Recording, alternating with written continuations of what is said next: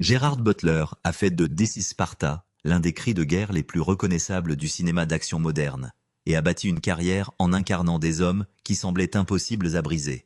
Hors écran, il a survécu à des années d'alcoolisme excessif, à des blessures accablantes et à l'incendie de Woolsey qui a endommagé sa maison de Malibu. Chaque fois, il a trouvé un moyen de s'en sortir. Puis est arrivée une perte contre laquelle la force ne pouvait rien. En 2025, sa mère Margaret est morte à 81 ans, avant d'avoir pu voir le nouveau film Dragons, qu'il était si impatient de lui montrer. « J'étais tellement impatient qu'elle le voie », a déclaré Butler plus tard, après avoir admis qu'il craignait déjà qu'elle ne vive pas assez longtemps pour cela. Aujourd'hui, à 56 ans, il dit que des décennies de rôles d'action l'ont laissé boitant et physiquement épuisé. Mais la question la plus difficile n'est plus de savoir combien de coups son corps peut encore encaisser. Que devient le guerrier quand la personne qu'il veut retrouver est hors de portée de toute force? Avant de commencer, honorez Gerard Butler d'un like pour un homme qui apprend que certaines pertes ne peuvent pas être vaincues, seulement portées. Gerard Butler n'était encore qu'un tout jeune enfant quand son père a disparu de sa vie quotidienne. Né le 13 novembre 1969 à Paisley en Écosse, le plus jeune de 3 enfants, il n'était encore qu'un nourrisson lorsque la famille a déménagé à Montréal.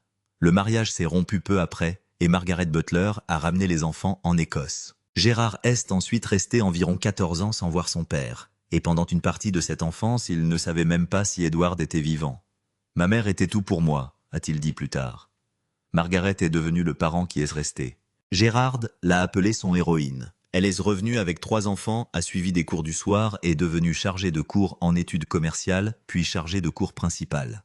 C'est quelque chose de surhumain, a-t-il dit, à propos de ce qu'elle avait réussi à accomplir en les élevant. Gerard a répondu à cet exemple par ses propres réussites. Au lycée St. Mirren's et St. Margaret, il est devenu délégué principal. Le Scottish Youth Theatre a donné à son intérêt pour le jeu d'acteur un premier débouché.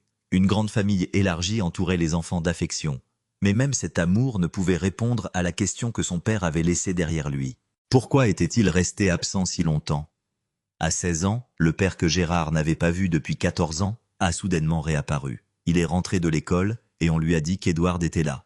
Gérard a demandé pourquoi son père ne l'avait jamais contacté. Selon son propre récit, il a pleuré pendant environ 5 heures. « Ce fut un moment immense pour moi », a-t-il dit plus tard. Les retrouvailles sont devenues plus qu'un simple après-midi. Gérard s'est resté en contact avec Edward, a passé des étés avec lui à Toronto et se souvient d'un voyage qu'ils ont fait en Jamaïque. Pour la première fois, père et fils construisaient des souvenirs, là où des années d'absence n'en avaient presque laissé aucun. Puis Edward a développé un cancer et est mort quand Gérard avait 22 ans. Quand Edward est finalement revenu, Gérard n'a eu que quelques années pour le connaître. Le cancer a rendu la séparation définitive. Butler a plus tard associé cette période à une profonde tristesse et à un doute de soi. La première absence avait laissé une possibilité aussi ténue soit-elle que son père puisse revenir. La seconde n'en a laissé aucune. Au début de l'âge adulte, la stabilité était devenue à la fois une ambition et un combat. Margaret avait montré à Gérard à quoi ressemblait le fait de se reconstruire. Élever 3 enfants, se former, continuer d'avancer. Le retour de son père avait montré qu'une relation pouvait parfois se réparer. La mort de son père avait montré combien peu de temps cette réparation pouvait recevoir. Gerard est entré à la faculté de droit de l'université de Glasgow et est devenu président de sa Law Society. Sur le papier, la voie qui s'ouvrait semblait respectable et sûre. Sous la surface, l'alcool et le doute de soi devenaient de plus en plus difficiles à contrôler. Butler s'est plus tard décrit durant cette période comme de plus en plus hors de contrôle. Le délégué principal, qui semblait autrefois capable de répondre à toutes les attentes, se dirigeait vers une profession qui promettait de l'ordre. Sa vie privée, elle devenait de moins en moins ordonnée. Le droit ressemblait à l'avenir responsable. Zohane serait pas l'avenir qu'il garderait. La rupture suivante allait survenir, alors que des années d'études étaient presque terminées. Et cette fois, Gérard allait devoir affronter la part que ses propres choix avaient joué dans l'effondrement de cette structure. Une semaine avant que Gerard Butler ne soit censé être qualifié comme avocat, il a été renvoyé de la carrière qu'il avait passé des années à préparer. Il avait obtenu un diplôme en droit, était devenu président de la Law Society de l'université de Glasgow, et avait décroché une formation dans un cabinet d'Édimbourg. Pourtant, sa consommation d'alcool et ses sorties nuisaient de plus en plus à son travail. Il manquait des journées. Son comportement devenait de plus en plus difficile à maîtriser. Le cabinet l'a alors renvoyé juste avant sa qualification. Le moment choisi a rendu cet échec particulièrement brutal. Gérard n'avait pas chuté au début quand un autre parcours pouvait facilement être choisi. Il est tombé alors que la ligne d'arrivée était presque sous ses pieds. Des années d'études n'aboutissaient soudain à aucune carrière juridique. Le fils d'une mère qui avait reconstruit sa propre vie grâce à l'éducation, avait suivi une voie qui semblait promettre la même stabilité, avant de contribuer lui-même à la démolir. Butler a plus tard plaisanté, en disant qu'il avait peut-être été le premier avocat stagiaire d'Écosse à être renvoyé avant sa qualification.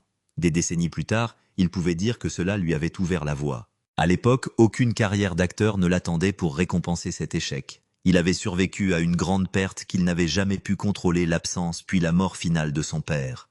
Il devait maintenant affronter une douleur différente, la conscience que cet effondrement portait ses propres empreintes. Londres n'offrait aucune preuve immédiate que perdre le droit en valait la peine. Le jeu d'acteur habitait Gérard depuis l'enfance, mais le sens des responsabilités l'avait poussé vers la profession la plus sûre. Après son renvoi, il a enfin testé l'autre voie. Il a travaillé comme serveur télévendeur et démonstrateur de jouets dans des foires, tout en essayant d'entrer dans le théâtre. Il n'y avait aucun calendrier précis, ni aucun titre garanti au bout du chemin.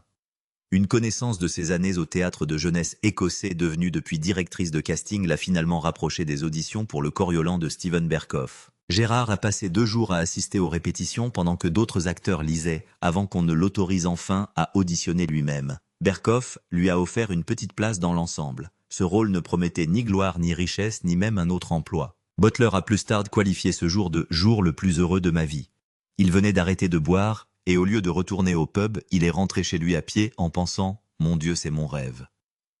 Des années de droit l'avaient conduit presque jusqu'à une profession qu'il pouvait expliquer à tout le monde. Un petit rôle de théâtre lui a donné le premier travail qui lui semblait nécessaire à lui-même. Pour la première fois, Gérard avait un travail qui ressemblait moins à une obligation et davantage à une reconnaissance. Il a plus tard décrit cette prise de conscience comme « vivre son but ». Coriolan n'a pas effacé l'humiliation d'avoir été renvoyé, ni transformé son comportement antérieur en un prélude héroïque. Cela lui a donné une raison de vivre différemment par la suite. Moins d'1 an plus tard, il a joué Renton, dans une adaptation scénique de Trainspotting, et le travail à l'écran a suivi avec Mrs. Brown et Le Monde ne suffit pas. Rétrospectivement, cela m'a ouvert la voie, est devenu plus qu'une jolie formule sur un changement de carrière. La carrière juridique avait pris fin, mais sa capacité à choisir n'avait pas disparu. Gérard ne pouvait pas récupérer l'enfance qu'il avait manquée avec son père, ni annuler les choix qui lui avaient coûté le droit. Il pouvait décider de ce qui viendrait après les deux. Le garçon qui avait passé des années à attendre le retour de son père était devenu un jeune homme qui avait enfin cessé d'attendre que sa propre vie commence. Il avait trouvé le travail pour lequel il était prêt à risquer l'échec. Franchir la porte n'était que le début. La célébrité allait bientôt lui donner tout ce qu'il avait autrefois recherché, et tester s'il pourrait survivre à l'homme qu'il deviendrait une fois que le monde l'aurait enfin remarqué. La reconnaissance est venue assez lentement pour que Gerard Butler se souvienne de ce que l'anonymat représentait. Il avait 27 ans quand il est apparu pour la première fois à l'écran en 1997 dans Mrs. Brown, aux côtés de Judi Dench et Billy Connolly. Plus tard cette année-là, il a fait une brève apparition dans Le Monde ne suffit pas. Aucun de ses rôles n'a transformé sa vie. Chacun l'a éloigné un peu plus de l'avocate stagiaire arrivé à Londres, sans savoir si le jeu d'acteur pourrait un jour le faire vivre. Dracula 2000 lui a offert un rôle principal hollywoodien 3 ans plus tard, mais n'a pas produit de la percée que son envergure semblait promettre. Il a continué de travailler. Le fantôme de l'opéra de Joel Schumacher en 2004 l'a exposé d'une façon complètement différente. Butler avait chanté dans un groupe de rock. Il n'avait aucune réputation classique. Et pourtant, il incarnait soudain l'une des figures les plus reconnaissables du théâtre musical. Puis 300 a changé la donne à une toute autre échelle. L'épopée spartiate de Zack Snyder est devenue un succès mondial. Et le roi Léonidas a transformé Gérard en star d'action internationale presque du jour au lendemain. L'ironie était frappante. Il avait passé des années à prouver qu'il savait jouer. Un seul Spartiate rugissant menaçait désormais de devenir la seule version de lui-même que le public voulait retenir. Gérard a répondu à ce danger en refusant de protéger l'image qu'il avait rendue célèbre. P.S. I Love You l'a placé au cœur d'un drame romantique sur le deuil et la mémoire. The Ugly Truth l'a fait passer à la comédie grand public. Law Abiding Citizen, Louis a permis de jouer quelque chose de plus sombre et de moins rassurant, tandis que la saga Has Fallen a fini par faire de Mike Banning l'un des personnages les plus durables de sa carrière. Tous les choix n'ont pas fonctionné. Gamer lui a rappelé à quelle vitesse l'élan pouvait s'inverser et le succès commercial n'a jamais suivi une ligne droite. Mise N 2010, Dragons lui a offert quelque chose de plus précieux qu'une nouvelle variation de Léonidas. Dans le rôle de stoïque, le vaste Gérard a utilisé la même voix écossaise qui avait autrefois commandé aux Spartiates. Il a interprété un père découvrant peu à peu à quel point il avait mal compris son fils. Des enfants qui n'avaient jamais vu 300 On commençait à le reconnaître à travers un personnage bâti autour de la fierté de la paternité et de la réconciliation. Sa rôle démontrait discrètement ce que devenait la carrière de Gérard. Sa longévité allait dépendre moins de la répétition de la performance qui l'avait rendu célèbre que de la capacité à donner à différentes générations différentes raisons de se souvenir de lui. 15 ans plus tard, Stoic a offert à Gérard une occasion rare de mesurer cette longévité au sein d'un même personnage. En 2000, il est revenu pour l'adaptation en prise de vue réelle de Dragons, donnant cette fois vie à Stoic avec tout son corps, et non plus seulement sa voix. Gérard a qualifié de destin la façon dont son emploi du temps s'était soudainement libéré pour ce projet. Le costume pesait environ 40 kilos, comportait 7 couches lourdes et nécessitait initialement près de 3 heures pour être enfilé. Mais l'exploit le plus intéressant n'était pas un nouveau chiffre au box-office.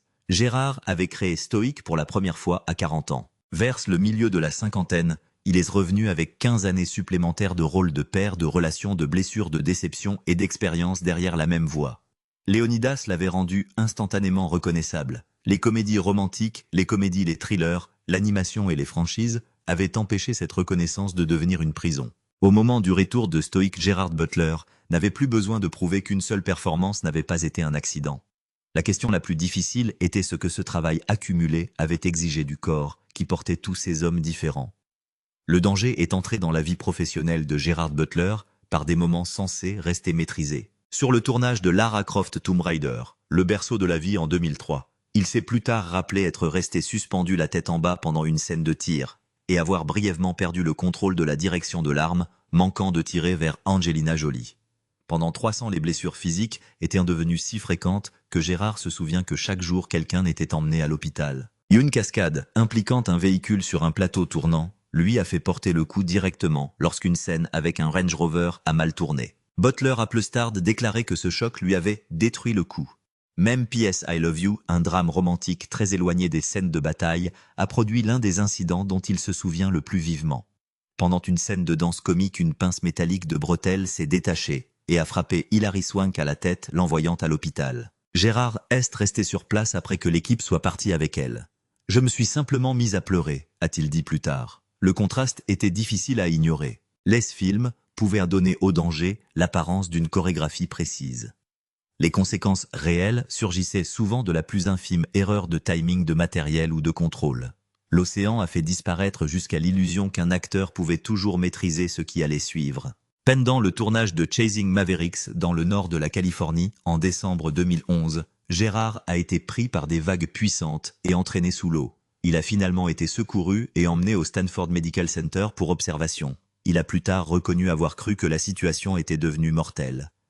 Le danger immédiat est passé, mais la douleur était déjà devenue une compagne récurrente de son travail. À mesure que les blessures s'accumulaient, les médicaments sur ordonnance sont entrés en jeu. En 2012, Butler a passé volontairement 3 semaines au Betty Ford Center après s'être inquiété de sa dépendance aux antidouleurs. Il était déjà sobre depuis des années. Cette distinction donne toute sa valeur à cette décision. Gérard n'a pas attendu un nouvel effondrement public pour que le problème lui soit imposé de l'extérieur.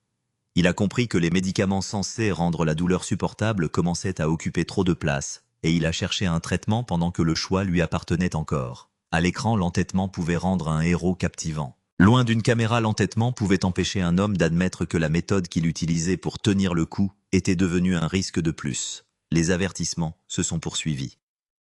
En 2017, Gérard a essayé des injections de venin d'abeille. En cherchant à soulager une inflammation, il a subi une réaction anaphylactique nécessitant un traitement hospitalier. Croyant que le dosage était en cause, il a réessayé le traitement quelques jours plus tard et est retourné à l'hôpital. La même année, un véhicule a coupé la route de sa moto à Los Angeles, lui laissant d'importantes blessures aux pieds, à la cheville et aux genoux.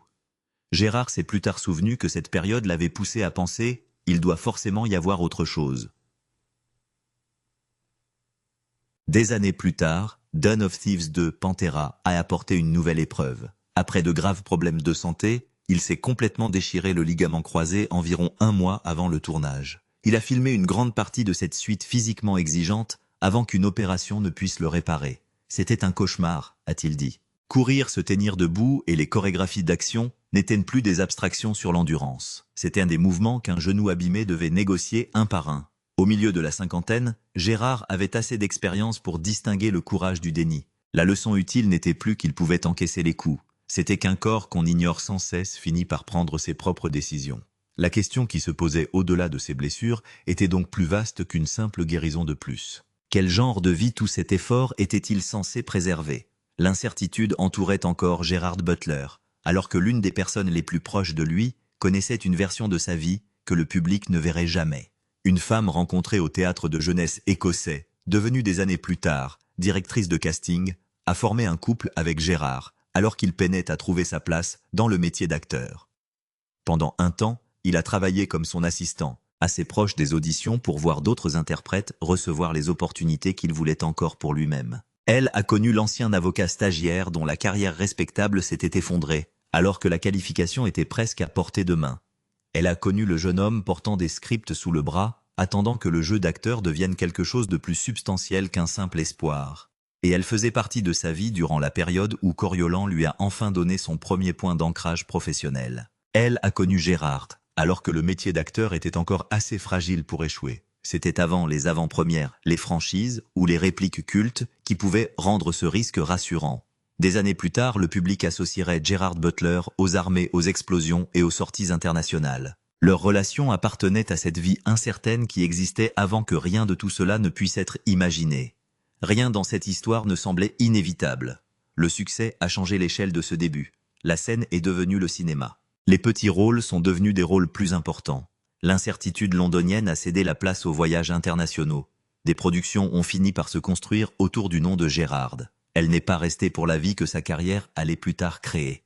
Leur passé commun paraissait modeste face à ce qui allait suivre. Leur relation s'est terminée sans devenir un drame public. Mais le moment choisi n'emportait pas moins son propre poids. Elle avait connu Gérard à une époque où l'ambition pouvait encore échouer dans la discrétion avant 300, avant les campagnes hollywoodiennes et avant que son visage ne puisse ouvrir des portes tout seul. Au moment où la célébrité internationale est arrivée, leur relation appartenait déjà au passé privé de Gérard. Elle avait été assez proche de lui pour voir son premier pas professionnel.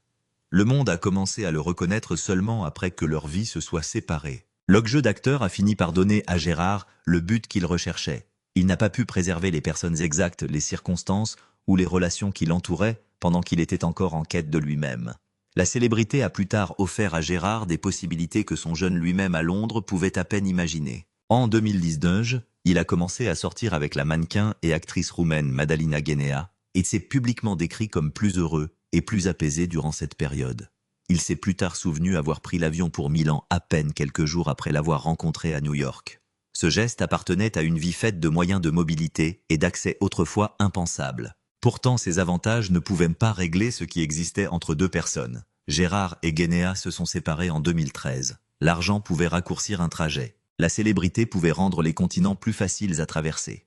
Ni l'un ni l'autre ne pouvait décider si deux vies continueraient d'avancer dans la même direction. Gérard pouvait désormais contrôler bien davantage de son univers professionnel que le jeune acteur qui attendait autrefois près des salles d'audition n'aurait jamais pu l'imaginer. L'intimité, elle restait un territoire partagé, dépendant des désirs d'une autre personne autant que des siens. Bientôt Hollywood allait créer la complication inverse. Les journalistes insistaient sur une romance dont Gérard répétait qu'elle n'avait jamais existé. Les spéculations ont dépassé la vérité presque dès l'apparition de Gerard Butler et Jennifer Aniston ensemble. Pendant le tournage de The Bounty Hunter, Gérard a reconnu ce que le public pouvait clairement voir, qualifiant leur complicité de « alchimie naturelle ». Ils riaient facilement pendant la promotion et semblaient à l'aise ensemble exactement comme une comédie romantique a besoin que le soin ses acteurs principaux. Tous deux étaient célibataires. Tous deux étaient célèbres. La vie privée de Jennifer était déjà suivie avec une intensité extraordinaire, tandis que la notoriété grandissante de Gérard rendait facile de transformer chaque interaction chaleureuse en spéculation. Les photographies devenaient des indices. Les plaisanteries devenaient des preuves. Les apparitions promotionnelles étaient traitées comme si la relation à l'écran s'était simplement poursuivie une fois le tournage terminé. La propre description de Gérard restait bien plus simple. Il appelait Jennifer sa meilleure copine. L'affection était visible, l'amitié aussi. Ce que le public continuait d'attendre, c'était une confirmation que ni l'un ni l'autre n'avait réellement donnée. Gérard a fini par répondre à ces spéculations en des termes qui ne laissaient presque rien à interpréter. « Si je sortais avec Jennifer, je serais plus qu'heureux de le dire. » Ou n'est tout simplement pas vrai.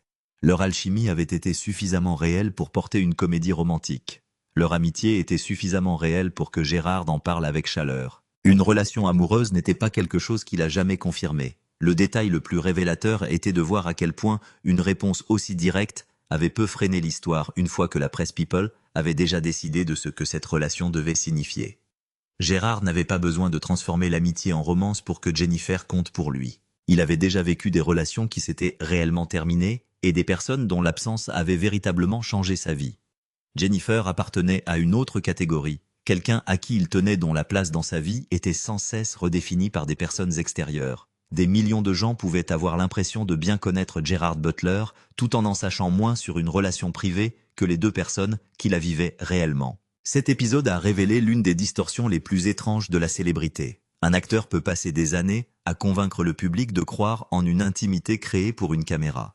Il découvre ensuite à quel point il est difficile de convaincre ces mêmes personnes une fois que la représentation s'arrête. Gérard n'a cessé de tracer la limite au même endroit. Jennifer était une amie. Cette affection n'est pas devenue moins réelle en l'absence de romance, et cette amitié n'a jamais eu besoin d'une rupture secrète pour valoir la peine d'être retenue. Avec le temps, les spéculations sont entrées dans l'histoire People, tandis que la vraie vie privée de Gérard prenait une autre direction. Là, les enjeux allaient être bien différents. La relation suivante allait durer des années, se briser assez douloureusement pour que Gérard décrive cette absence comme une perte avant de revenir d'une façon qui a changé le sens même du mot « parti ».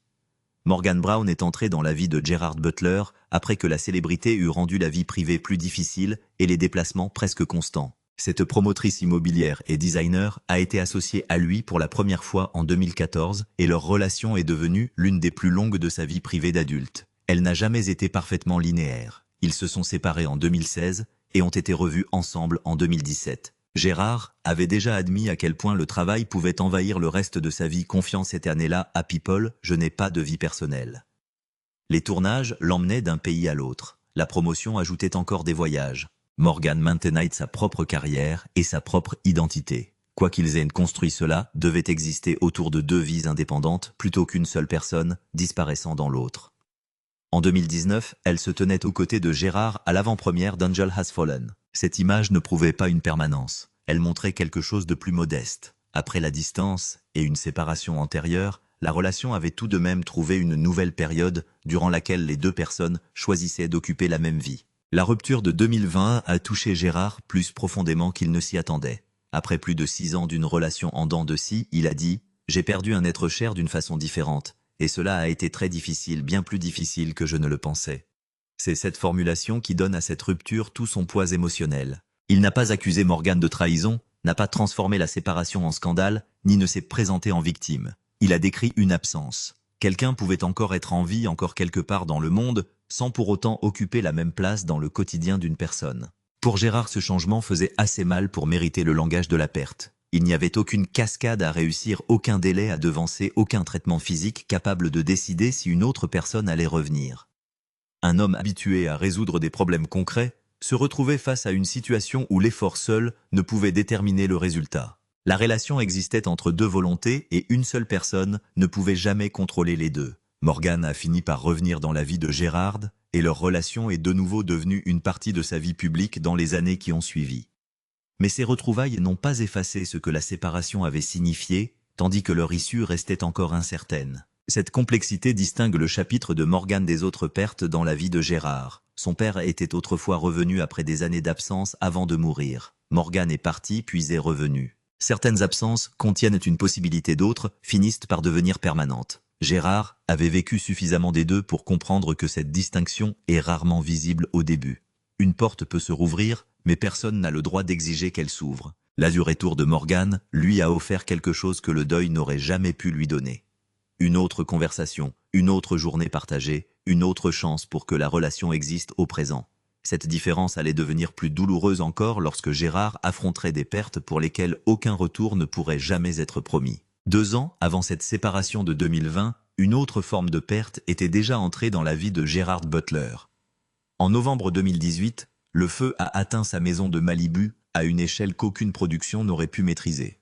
L'incendie de Woolsey a ravagé les comtés de Los Angeles et de Ventura, détruisant plus d'1 millier de bâtiments et provoquant des évacuations massives. Gérard est rentré pour découvrir qu'une partie de sa propriété était gravement brûlée, un véhicule calciné à proximité et des sections encore fumantes.